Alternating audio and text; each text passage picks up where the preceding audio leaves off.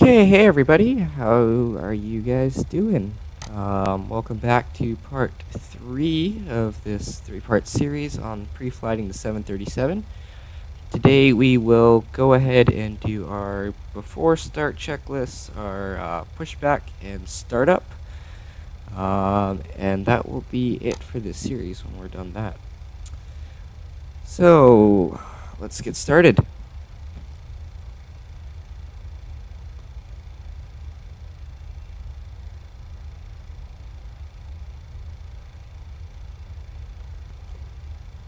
Alright, so the first thing that we gotta do, as I promised in the other video, once the IRSs are aligned, we gotta do our TCAS test.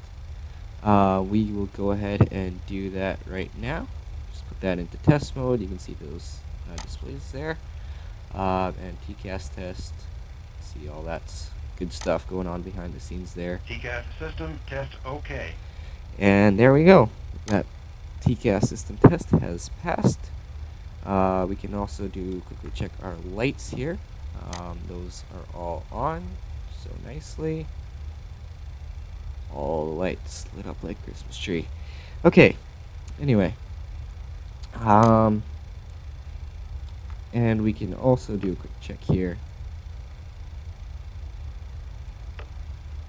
And all 3 of those lights show up. Alright. So right now we got to go ahead and start our APU, as we are going to need that once ground power is done. Ground power is already on, that's what I want. So we're going to start our APU. That's coming up. Low oil pressure light will illuminate for a few seconds. As the EGT increases here, that should disappear shortly. We are also going to go ahead and turn on our left fuel pump on both center and left aft fuel pump, and our left center fuel pump. EGT will increase to about 600 degrees, so 700 degrees Celsius, all the way up to 800, 900, and it'll come back down nicely. Okay, our AP is almost there.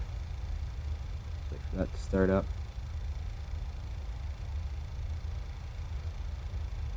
Okay, once that comes back down, you see the low oil pressure light's also been extinguished. The light blue light comes up here for APU power. We also have air conditioning running, as you can see. I'm going to go ahead and turn that on. There we go. And the blue light will extinguish. Also the EGT increases by a little bit there. What we can do from there is check our APU is running correctly by going over to APU Gen, 115 volts, 74 ounce, we're looking good. Okay. So the next thing we can do, we might as well disconnect our ground power as we have this running already. That was weird.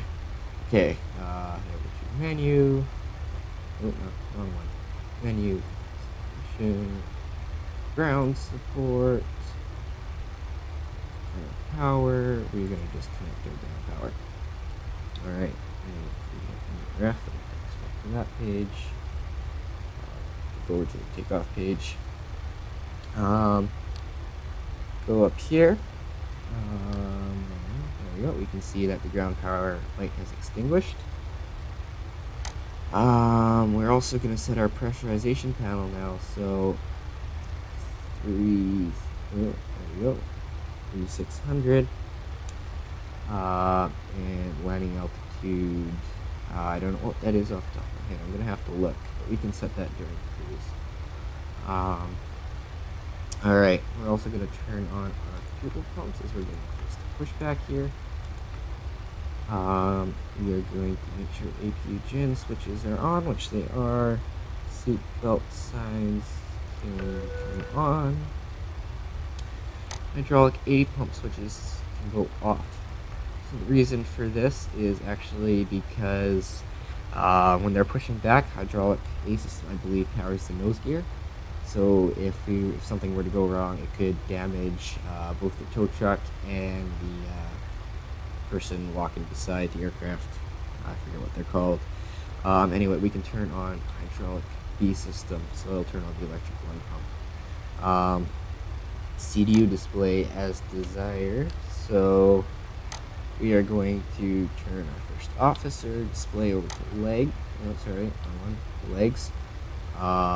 And we're going to keep this one on takeoff reference for now. Flight deck door and windows are locked. We can see that's locked here. You can open it actually just by clicking that. And there we go, it would open. Right, we need that to be locked for now. What else do we have here? The first officer side is locked, and the door does not open on this model. If it did, we'd have to make sure that's locked as well. Ground equipment. Don't move the ground equipment around. Alright. Stabilizer trim. It is in the green band, as you can see there. Anti-collision light. We'll turn that on in a second as we get ready. Before we do, we're also going to set our MCP real quick. So, as we're flying offline here, we are going to set our altitude all the way up to 3,600. Don't have any ATC to give us a lower altitude. And AI traffic is also disabled, so we shouldn't have any problems with that. If you were flying online on a network such as FATSIM or IVAO, you would need to check in if there's any local ATC and definitely be following published procedures. 3,600, there we go. We are also going to set runway heading. So we're going to go longer, it looks like. About 270 degrees. I could have just gone the other way, it would have been a lot shorter. Okay, coming around, 230, 240, 25, 6, 7. Alright, close enough. IAS mark, so we're going to set that window to V2. Depending on the airline, it could be V2 plus 10, plus 15, plus 5. It really depends on the airline's SOPs. For today, we're just going to set it to V2. What was that, 157? Okay. Oh, that's too far. And sorry for the frame rates here. They are really dipping in this tutorial. Alright. So that all looks good. We're going to set our standby instruments usually here as well. Again, not going to bother with that on today's flight. We are going to set our map displays as well, so we're going to center that and turn on terrain radar on our first officers. Do that again. Yep, there we go. Alright, that's what I want there. For ours, I'm going to turn on the weather radar once we push back. We obviously don't want that at the gate, because it can seriously or have serious impacts on the health of the ground crew. I'm also going to turn on the airport display, just in case. Ooh,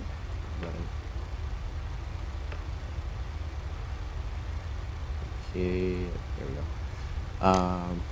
Alright, well, we are ready for pushback, I believe. Ooh, okay. Let's just go over our before start checklist real quick. Before start checklist: flight deck door closed and locked, fuel pump or fuel, 19.3 or 19,300 pounds of fuel on board, and our fuel pumps are on. We do have fuel in the center as well today, so that's why we have our center fuel pumps on. Passenger signs are on, windows are locked, MCP V2 heading and altitude are all set. CDU pre-flight is completed. Rudder and aileron trim here is, for whatever reason, it doesn't want to zero. Okay, our rudder trim, okay, let's get a better view. Our rudder trim, frame rates are really taking a dip here. Alright, rudder trim is set to 0. And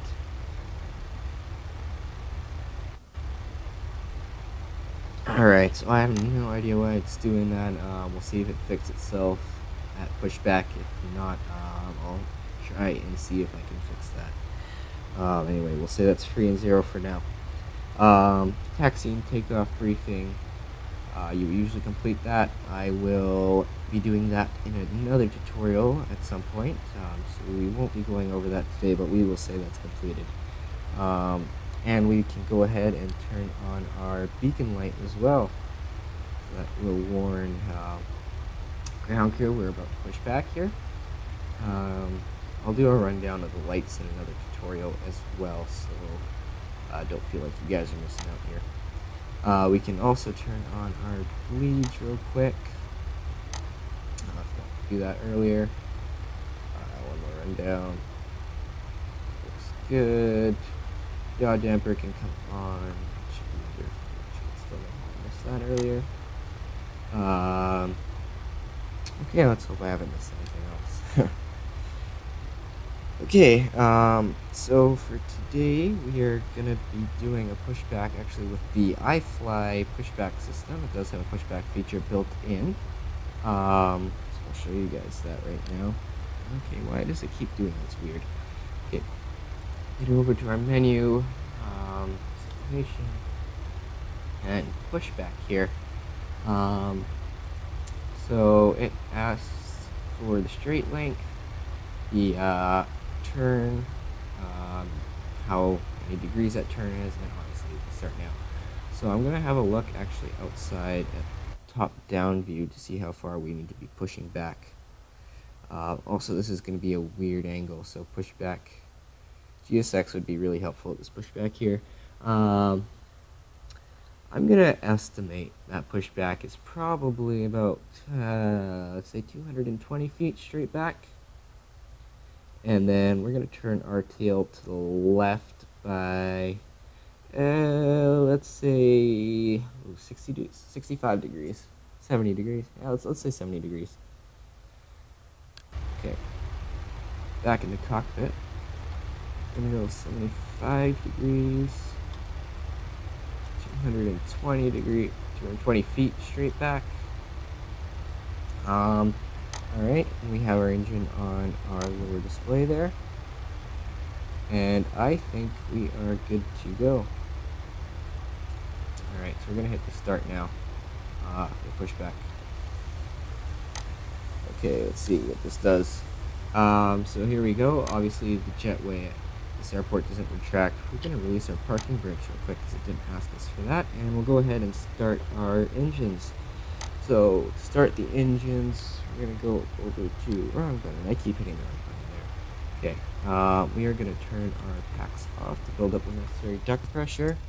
Okay, so packs are off. Isolation valve, stay open there. And duct pressure needs to be a minimum of 30 psi. If it wasn't, we could turn isolation valve to auto. That would build up some pressure there also. Anyway, so that is above 30 psi. We can turn our right engine selector to ground, like so. Actually, you know, we don't need both. That can be just left ignition. Alright. So, okay, looks like pushback's over. Anyway, so coming down to our lower display here is this N2 hits 25% N2. We are going to move that to idle to cut off the rear idle. And make sure all of our parameters are moving nicely. Let me make this nice and big for you guys there. Alright, so we can see our N1 coming up nicely at about, what is it? I think 65%, no, 55% N2. Get the starter cut out as you heard. See our temperature, oil pressure coming up nicely. See the fuel flow.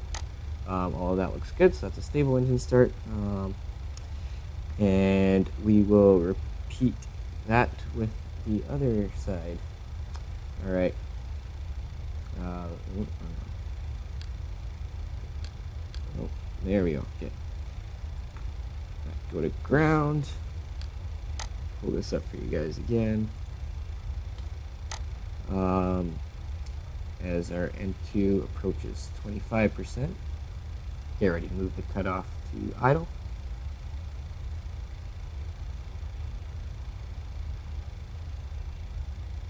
Alright, 25%, move that up to idle. See our fuel flow coming up, our N1 percent coming up. So the cutoff levers basically just introduce the fuel into the engine and allow it to start up successfully. Okay, and about 55% we should get a starter cutout. There we go.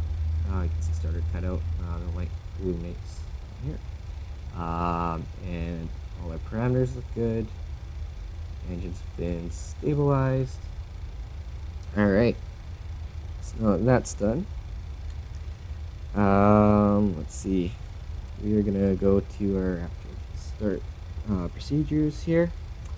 We can turn on our generators here now. So we'll do that now.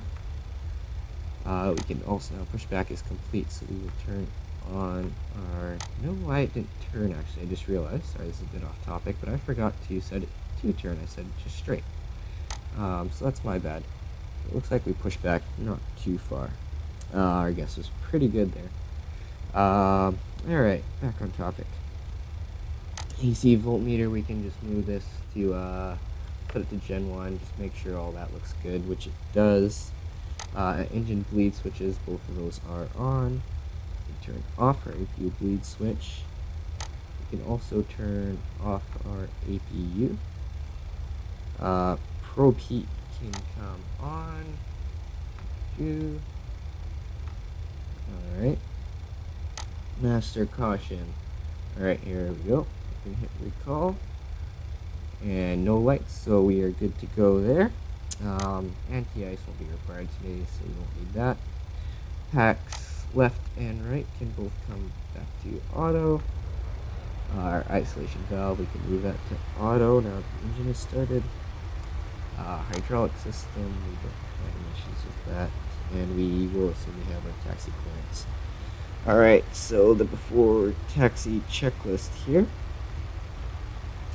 Generators on, probe heat on, anti-ice not required, isolation valve is auto, engine start switches, we can move those to continuous. Alright, recall, we've done that, that's been checked. Auto brake can move to RTO, so in the event of a rejected takeoff, the auto brake should automatically kick in. Engine start levers are idle detent. Flight controls, we're going to check that. There we go. And that'll bring up the system page. Looks like our ailerons have automatically centered, even though it didn't say they have here. That's really weird. Anyway, we're going to go, it's usually full left, full right, neutral, full up, full down, neutral, rudder full left, full right, neutral. Alright, so that all looks good. Ground equipment is clear. And getting ready to taxi. Turn on our taxi lights. Oh, there's one next dip. Okay, taxi lights are on. We won't need runway turn-offs as it's plenty bright out. We're going to move flaps to takeoff position, so that today is going to be flaps 5. You could also move it by clicking the lever along here. I just have the button set up on my joystick. Flight controls have been checked. Weight manifest, we can check that. I'm not going to bother. Cabin crew notified, so you can hit that button there. And on the PMDG, I believe it would actually create a sound you can hear from the cockpit. Anyway, so we are also going to turn on our flight directors, left and right. And we're going to our auto throttle. Text light is on there. And turn off floor display. And we are good to go. Well, that sums up this pre-flight tutorial. Thanks for staying tuned, and we'll see you guys next time.